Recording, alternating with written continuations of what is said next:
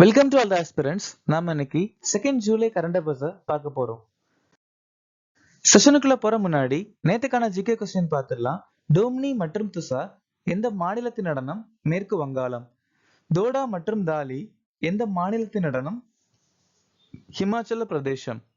குமாயினி மற்றும் ஜோரா எந்த மாநிலத்தின் நடனம்? உத்தரகாண்ட். பாங்க்ரா மற்றும் கித்தா எந்த மாநிலத்தின் நடனம்? பஞ்சாப். கோவா மாநிலத்தில் இருக்கக்கூடிய பழங்குடியினர் தோடியா, தூப்லா, நாய்க்டா மற்றும் வர்லி.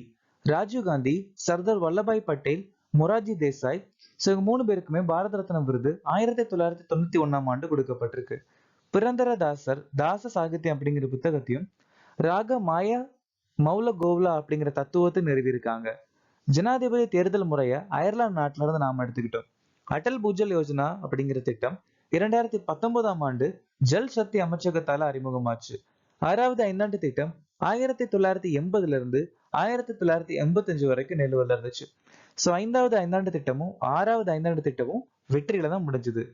பிரிவு 198ல பண மசோதா தொடர்பான சிறப்பு நடைமுறையை சொல்லியிருக்காங்க.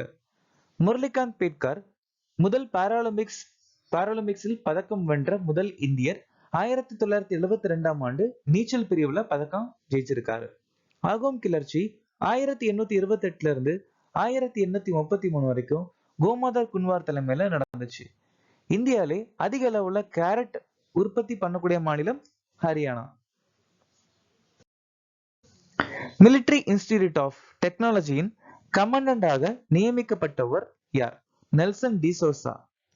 12வது விஸ்வ ஹிந்தி சம்மானை வென்றவர் யார்? டாக்டர் உஷா தாக்கூர். FATF சாம்பல் பட்டியலில் இருந்து சமீபத்தில் நீக்கப்பட்ட நாடு எது? துருக்கி. அண்டர் 17 ஆசிய மல்யுத்த சாம்பியன்ஷிப் 2024இல் இந்தியா எத்தனை பதக்கங்களை வென்றுள்ளது? 11 பதக்கங்கள்.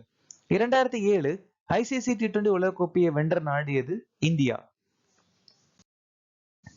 ராணுவத்தின் அடுத்த துணை தளபதியாக அறிவிக்கப்பட்டவர் யார்? NS ராஜா சுப்பிரமணி. அலோக் சர்மா SPG உடைய தலைவர். 1985ல SPG அப்படிங்கிற அமைப்பு அறிமுகமாச்சு. நீனா சிங் CASF உடைய முதல் பெண் தலைவர். 1969ஆம் ஆண்டு உருவாச்சு. ராகுல் டிரஸ்கோத்ரா இண்டோ டிபெட்டன் பார்டர் போலீஸுடைய தலைவர். 1962ஆம் ஆண்டு உருவாச்சு.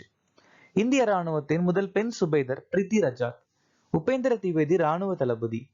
NIA உடைய முதல் டைரக்டர் ஜெனரல் சதானந்த் வசந்த். இந்த NIA அப்படிங்கிற அமைப்பு 2008ஆம் ஆண்டு அறிமுகமாச்சு. NDRF உடைய டைரக்டர் ஜெனரல் பியூஷ் ஆனந்த் 2006ஆம் ஆண்டு உருவாச்சு. தேசிய பாதுகாப்பு படையின் தலைவர் நளின் பிரபாத். 1986ல இந்த தேசிய பாதுகாப்பு படை உருவாச்சு. எந்த நிறுவனம் சஸ்டைனபிள் கவர்னன்ஸ் சாம்பியன் விருதை வென்றது? GRSCன்னு சொல்லக்கூடிய நிறுவனம். GRSC அப்படின்னா கார்டன் ரிச் ஷிப்பில்டர்ஸ் இன்ஜினியர். இதுதான் அந்த GRSC உடைய முழு விரிவாக்கம். இந்த நிறுவனம் 1884ல கொல்கட்டால ஹூக்ளி அப்படிங்கிற நதிக்கரை பக்கத்துல உருவாச்சு. ஆனா இந்த நிறுவனத்தை தேசியமயமாக்கப்பட்டது 1960ல.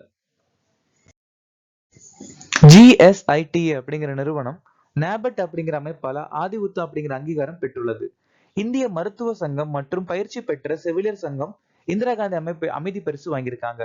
60 பாராசூட் ஃபீல்ட்ஸ் மருத்துவமனை சுபாஷ் சந்திர போஸ் ஆப்தா பிரபந்தன் புரஸ்கார் 2024 வாங்கியிருக்காங்க. சந்திரயான் 3 மிஷன் குழு ஜான் எல் ஜாக் ஸ்விகட் JR விருது வாங்கியிருக்காங்க. அகர்வால் கண் மருத்துவமனைக்கு சிறந்த அறிவியல் போஸ்டர் விருது கொடுக்கப்பட்டிருக்கு. IPBES அப்படிங்கிற நிறுவனத்துக்கு ப்ளூ பிளானட் பரிசு கிடைச்சிருக்கு. சர்வதேச T20 போட்டியில் 200 சிக்சர்களை அடித்த முதல் பேட்ஸ்மேன் யார்? ரோஹித் சர்மா.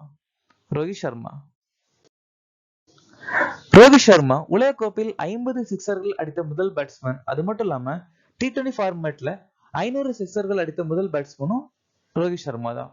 ஒரு நாள் போட்டியில் 50 சதங்கள் அடித்த உலகின் முதல் பேட்ஸ்மேன் விராட் கோலி. அது மட்டும் இல்லாம T20 ஃபார்மேட்ல 12,000 ரன்கள் எடுத்த முதல் இந்தியரும் விராட் கோலி. T20 கிரிக்கெட்ல மிக வேகமாக 10,000 ரன்களை அடித்த வீரர் பாபர் அசம். 350 விக்கெட்களை வீழ்த்திய முதல் இந்திய பந்து வீச்சாளர் யுஸ்வேந்திர சஹால். போதைப் பொருள் துஷ்பிரயோகம் மற்றும் சட்டவிரோத கடத்தல் தினத்திற்கு எதிரான சர்வதேச தினமாக இந்த நாள் அனுசரிக்கப்படுகிறது. வருஷந்தோறும் ஜூன் மாசம் 26ஆம் தேதி நாம இந்த தினம் அனுசரிக்கிறோம். இந்த தினத்தை உலக போதை மருந்து தினம் அப்படின்னு சொல்லலாம். இந்த வருஷத்துக்கான மைய கருத்து தெளிவான சான்றுகள், தடுப்பு, முதலீடு. மே 11 தேசிய தொழில்நுட்ப தினம். மே 12 சர்வதேச செவிலியர் தினம். மே 18 சர்வதேச அருங்காட்சியக தினம். மே 25 உலக கால்பந்து நாள். மே 24 சர்வதேச மார்க்கோர் தினம். ஜூன் 12 குழந்தை தொழிலாளர்களுக்கு எதிரான உலக தினம். ஜூன் 13 சர்வதேச ஆல்பினிசம் விழிப்புணர்வு தினம். ஜூன் 19 உலக அறிவால் செல் தினம். பிளாஸ்டிக் கழிவுகளை பயன்படுத்தி சாலை அமைத்த இந்தியாவின் 2வது ராணுவ நிலையம் எது? ஜெய்ப்பூர் ராணுவ நிலையம். இந்தியாவில முதல் முறையா 2வது ராணுவ நிலையம் ஜெய்ப்பூர் ராணுவ நிலையம் தான். இந்தியாவுடைய முதல் ரயில்வே நிலையம், அதாவது ராணுவ நிலையம். இந்த மாதிரி சாலை அமைச்சிருக்காங்கன்னா அது நாரங்கி ராணுவ நிலையம், அசாம் மாநிலத்தில் அமைஞ்சிருக்கு. 2019 ஆரம்பிச்சாங்க. உலகின் முதல் முழு செயல்பாட்டு சுதந்திர அமைப்பை பெற்றது இந்திய ராணுவம் தான். இந்திய கடற்படை வந்துட்டு சொலம்பன் அப்படிங்கிற கருத்தரங்க ஆரம்பிச்சிருக்காங்க. இந்திய ராணுவம் 2024ஆம் ஆண்டு தொழில்நுட்பத்தை உறிஞ்சி ஆண்டு அறிவிச்சிருக்காங்க. இந்திய கடற்படை வந்துட்டு 2024 கடற்படை குடிமக்களின் ஆண்டு அறிவிச்சிருக்காங்க. இந்திய கடற்படை தலைமையகத்துடைய பெயர் நௌசேனா பவன். இந்திய ராணுவம் ரஷ்யிடமிருந்து இக்லயஸ் வான் பாதுகாப்பு அமைப்பை வாங்கியிருக்காங்க. எந்த ரயில்வே மண்டலம் மிதக்கும் சோலார் ஆலையை நிறுவியுள்ளது? மத்திய ரயில்வே மண்டலம். மத்திய ரயில்வே மண்டலம். இதோட இந்த சோலார் ஆலையோட மொத்த கெப்பாசிட்டி 10 மெகாவால்ட். இது எங்க கட்டியிருக்காங்க ஆரம்பிச்சிருக்காங்க அப்படின்னா மகாராஷ்டிரால இகாட்புரி அப்படிங்கிற லேக் ஏரியில ஆரம்பிச்சிருக்காங்க. மேற்கு ரயில்வேவுடைய ரயில்வே ப்ரொடெக்ஷன் ஃபோர்ஸ் அமனத் அப்படிங்கிற பணி ஆரம்பிச்சிருக்காங்க. அமராவதி ரயில்வே நிலையத்தை பிங்க் ஸ்டேஷன் அறிவிச்சிருக்காங்க. இந்தியாவின் மிகப்பெரிய வட்ட ரயில் பாதை பெங்களூர்ல அமைஞ்சிருக்கு.